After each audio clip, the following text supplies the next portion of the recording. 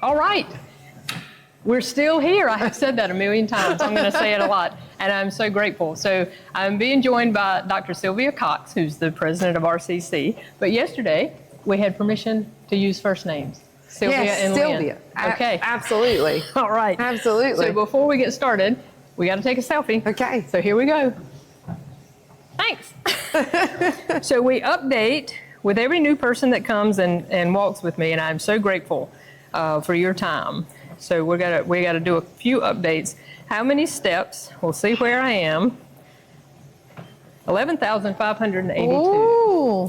Probably. I might need to stay longer than our chat. Oh, That's amazing.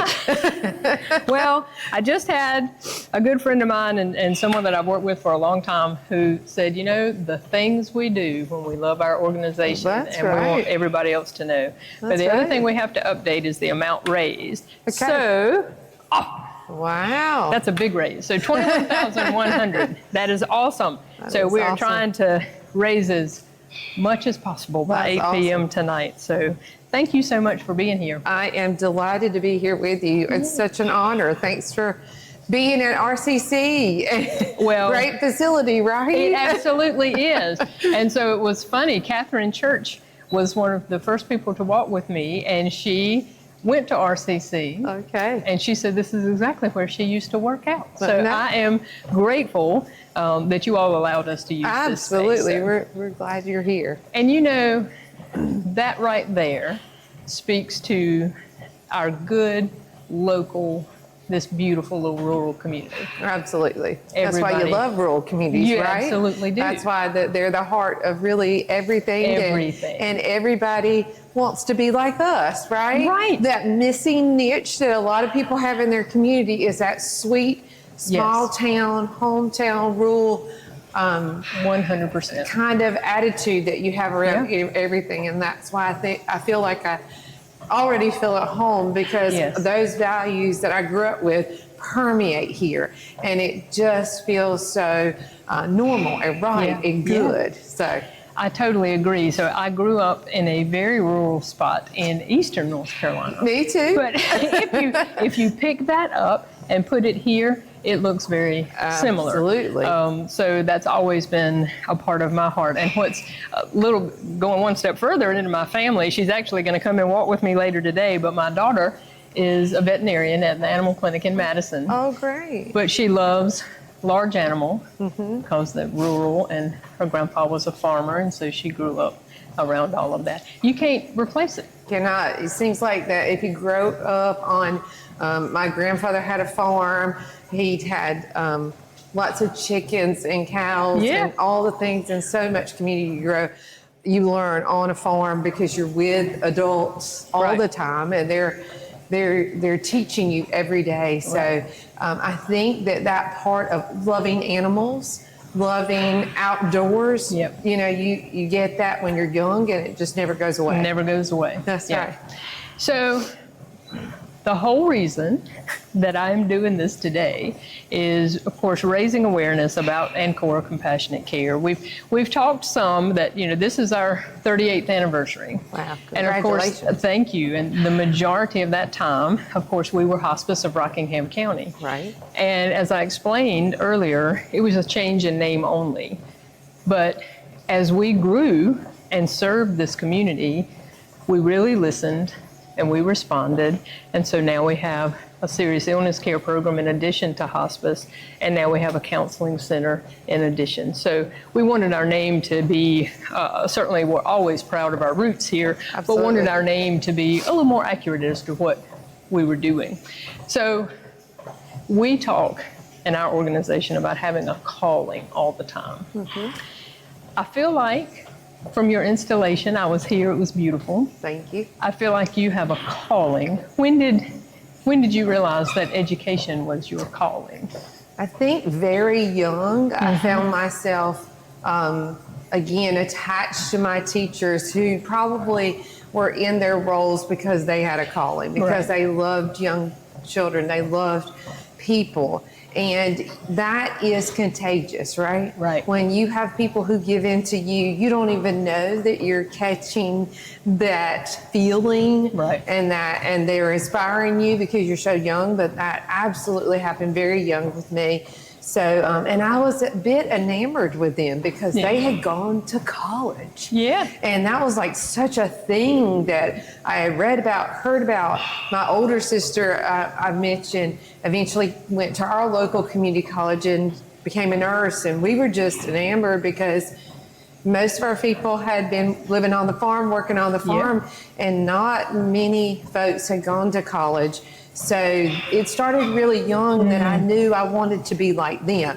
Did I know I wanted to be a college president? Absolutely not. I wanted to be in the classroom. I wanted to teach, and all of that love for education started there. And, you know, as I mentioned in my installation, my father had a dream for me. Right. My parents had a dream for me. And they always spoke very highly about teachers and the importance of respecting people in education. And so they were very honored. Teachers were honored in our family and in our community. So at that time, unfortunately, it's not quite always like that today. Right. At that time, no greater calling than to go into the classroom. Right. So I definitely knew very, very young, maybe definitely high school. We had a future teachers club, and I was a part of that. And I was just set that I was going to change the world through education. There you go. So here you are. And here I am. Because I knew it was going to change me, and it really did. Really did. So what's the most exciting thing? What excites you the most about leading Rockingham Community College? Well, the students and the people here. Yeah. And, you know, I come from a small community that I grew up and I lived in. And there were so many great things that I had to stop and pause and remind myself, oh, this is really great about being in a small town. But I think that when I come here, I'm like, wow, look at all the great things here. Yep. Look at all the great people. So the slogan for Rockingham County is it's a good place. And I say, no, it's not just a good place. It's a great place. It's a great place. And so the excitement and the people that I've met, again, out in the community, here on campus, the students, just that sense of what I learned from them, how excited, how much people love this college is absolutely amazing. And it's also just so inspiring. I say it over and over, but it is really true. There are so many times that people say, because I'm new, hey, wait, let me tell you, I went to RCC, and let me tell you what my experience was at the college and what it did for me. And now I am where I am because I started there. Oh, man. So that inspires me because that's why that I love this work. That's why I love community colleges. But there's an extra spark of pride and commitment around this college here that's probably like none other that I've experienced. I mean, really, when people love this college, and not just in word, but in deed. Yes. And they have stepped up over and over and over. The foundation is just one example of that, to give back because of what was done for them. So that really pay it forward out of the campus, out of the employees. The employees are just above and beyond and really care about their community and care about each student in their classroom.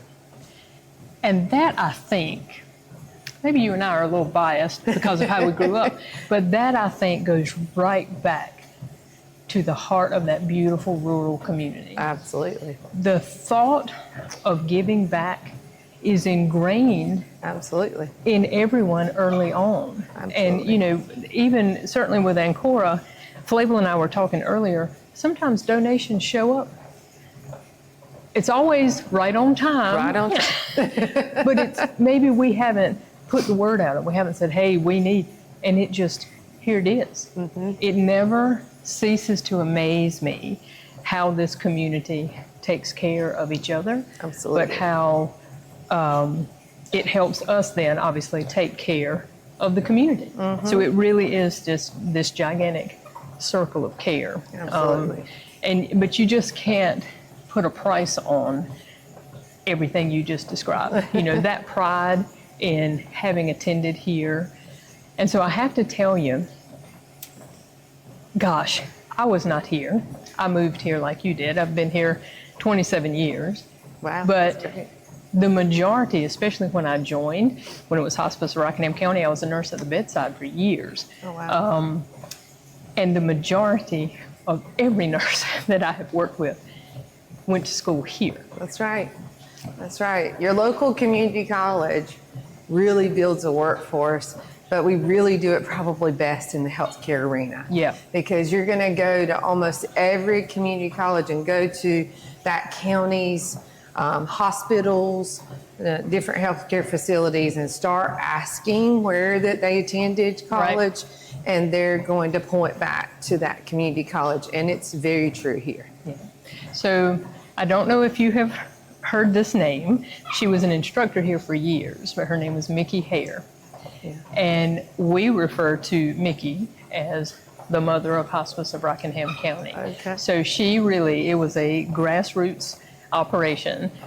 A lot of people involved, big committee, but she was the one that was heading it up. And she was just determined, it's like, we need one, we're gonna have one. That's and we do. And 38 years later, still independent, nonprofit, serving this community. So inspiring. It's such a model to us that when we don't have to have all the answers for how something is going to be solved. We just have to be clear that it needs to be solved, and put the right people around us, and have a little bit of that determination, and how that we really can move mountains, make significant impacts when we hold on to those visions that we have. I agree. And then leadership, always being willing to learn. Right. I never, ever want to get to the place where it's like, oh, we know how to do that now. It's usually, let's see how we're going to make that work. But it takes people being open, no matter how long you've done a particular job, right? You still have to be open to learning more, and it just goes from there. That's I think. So I have to tell you our connection with your School of Nursing. Okay. And I'm all about a student. Yeah. Me too. I am all about it. Yeah, we have that in common. And when I always tell our staff, like, hey, we've got nursing students coming, do not forget what it felt like to be the student. That's right. That's number one. Absolutely. What if we are the only experience they have with hospice and end-of-life care? We got to get it right. That's right. They're going to land in healthcare somewhere. I want you to have it right. And I want you to have a good, supportive experience, because I don't know when you might come back, right? Come back around. But we have your LPN students, your RN students rotate through with their clinical hours. And I'm grateful that we've got that partnership. And we have had, I'm trying to think how many years back, but we have had a couple of your seniors, they were seniors at the time, with their capstone that wound up staying. They came to do all of that and now work for Ancora. So that's great. Yeah, it absolutely That's really is. the full circle that you need to keep in mind. It doesn't always work out, but you know, classroom education is absolutely critical. Learning those foundational basic skills and then being able to think critically about those are really important. Doing scenarios, all that. Absolutely. But that only takes you so far, right? Right. So you've got to have an experience. And without institutions, organizations opening their doors to our students, and the power of, while they're in class learning on the job in a clinical at the same time, it really brings around a synergy of learning that we don't seem to be able to recognize. So those partnerships with you all are so critical, and I'm so thankful to hear you saying, as the leader of your organization, how important students are, because they really are our next step. They really are our are now and our future, but we can't educate them without you all. Right. And so we're so grateful that you do that. So I will tell you something that, because we talk a lot with our mission, which is to be a supportive presence for life's journey, right? No matter what service line we're talking about. You hear a lot about compassion with what we do. People feel called to work there. Right. I tell folks all the time, you can't be mediocre and work there. Right. But that's another reason I want your students. Well, two reasons. If our staff can teach, you got to know it to teach it, right? Absolutely. But I want the model of the compassion, the heart. I want people to see, hey, no, we're not a gigantic health system as far as all of that, everything that comes along with it, but we have a mission and we stick to it, and it is patient-centered care. Every patient is individual. Every story is important. I want them to see that. That's wonderful.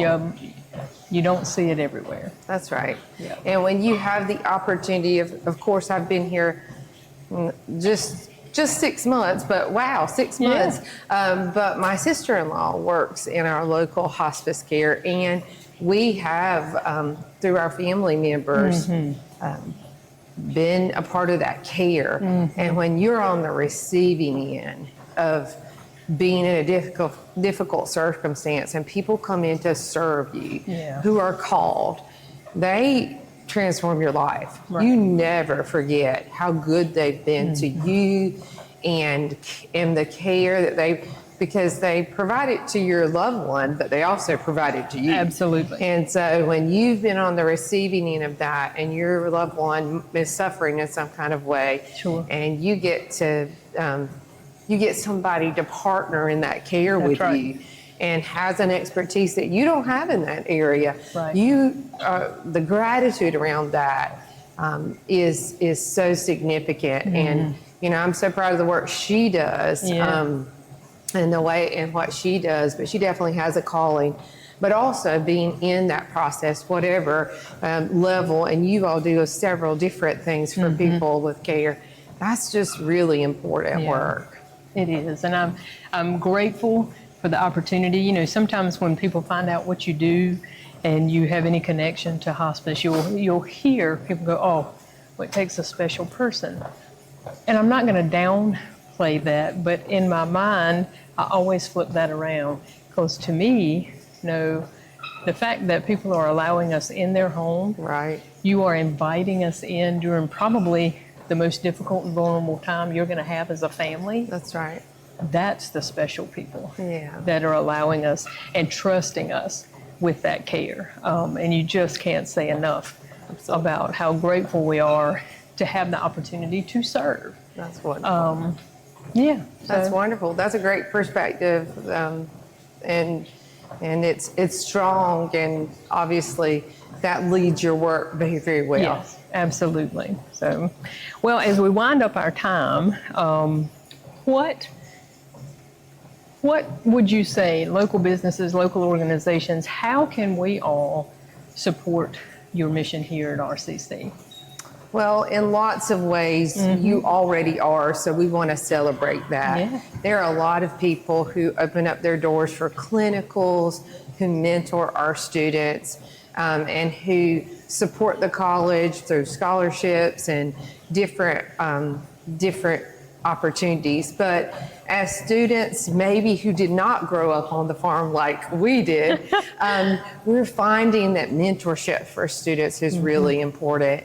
And in having those opportunities for work-based learnings, if you're not in a traditional clinical setting, other students need those opportunities to have an experience where the learning they're having in the classroom or the scenarios really come to life. Sure. And that's sometimes the synergy that you need to make all of that really stick and the learning to take place at another level. So, if that's something that you're interested in doing, we are looking at opportunities for more internships, job shadowings, those kind of things for our students, because again, we need that full circle in order to truly educate students.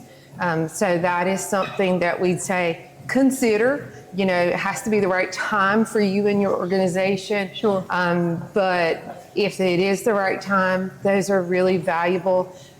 Mentorships, one thing that we hear out of our students, or even, you know, out in the community, but definitely too with our students, is we're in a world that a lot of things are coming at us very, very quickly. Yes. So those times of getting off the bus like I did when I was young, and taking your school clothes off and going outside and doing some chores was really actually very good for me holistically. Right. But students don't have a time sometimes to shut things off. Right. And are overwhelmed and need some mentoring, need some time to see that some of the challenges that they're having that are stressing their mental health are really, it's okay. Yeah. A lot of people experience it, and sometimes when you're experiencing it, you think, hey, I'm a failure, but you're really not. Correct. And hearing that this is a normal part of life sometimes is really good. And that happens in internships, speaking to classrooms, coming in, and, you know, they just don't know what they don't know about some industries. And so if you feel that you have time for those, or maybe in the new year, that's something that you would be interested in. I do think that our students kind of perk up in a different way when they hear someone in the real world, although we're in the real world too, but you know, say some of the same things that we're saying. Right. Also, it's very helpful to us to stay very close to our business and industry and our community, so that we are reflecting what the needs of business and industry are in our classroom. Right. So not only is it an advantage for the students, but it also becomes an advantage for the staff and faculty who work with students to make sure that we're doing the best that we can to get them ready for whatever that next step is. Transferring to the university, whatever field. But a lot of times, even if you're transferring to the university, there's something that you're interested in. If it's medical field, if it's being a lawyer, that if you had some exposure to it, you need to anchor yourself to know, I'm on the right career path. Right. And I know I've got it, I know I'm right. And then when I come across some difficult learning, I'll tend to lean in because I know my why. Right. So if people are interested in that, maybe it's a New Year's resolution, because I know this is becoming a busy season, but we would love to be in contact with you more to talk about that. Well, so as you're talking, I've got a couple of thoughts, because, you know, I've never really explored the idea of, if it's not a nursing student, maybe we, I don't know, have somebody on the administrative end, in billing, in medical records, as receptionists. That's something to think about. Absolutely. But I was also thinking about, we've got two fantastic licensed clinical social workers at the counseling center. Right. Megan Cole actually kind of transitioned over from being in the hospice line to the counseling center. And Megan and I used to come to the nursing classes and talk about grief and bereavement and that sort of thing. That's right. But now I've just had this epiphany while we're talking. It's like, wait a minute, maybe from the counseling center side, all different kinds of classrooms, going along with what you just said. Absolutely. This is okay. This is not abnormal. You're not by yourself in these thoughts or these feelings. Yeah. And I think that as younger generation, one of the things that we're realizing, as I lovingly say, I'm a child of the 80s, and sometimes I thought my parents were being really hard and strict, but they really were not. But they were very, just because of the work, they were on the farm. A lot of people in the community were there. And there was a spirit of, I had a lot of adults in my life that would encourage me and people in different areas. And sometimes that's true still now for a lot of young people. But in other cases, having one or two more would be very powerful for them. And seeing what they think that they want to do, because there's so many options that I think it's also overwhelming. It seems exciting until it's almost analysis paralysis, because there's so much and it's changing so quickly. So hearing from someone in the field really helps them. Well, we will definitely, I will reach out to you because that has Perfect. made me have some different thoughts about all of that. So I am so appreciative of your time today. Oh, I'm so appreciative of your time and what you're doing and what you do for the community. Well, we are going to be here until 8. Again, thanks to RCC and opening up this fitness center for us. Of course. So, all right. Of course. Thank you so much. I enjoyed it. I did too.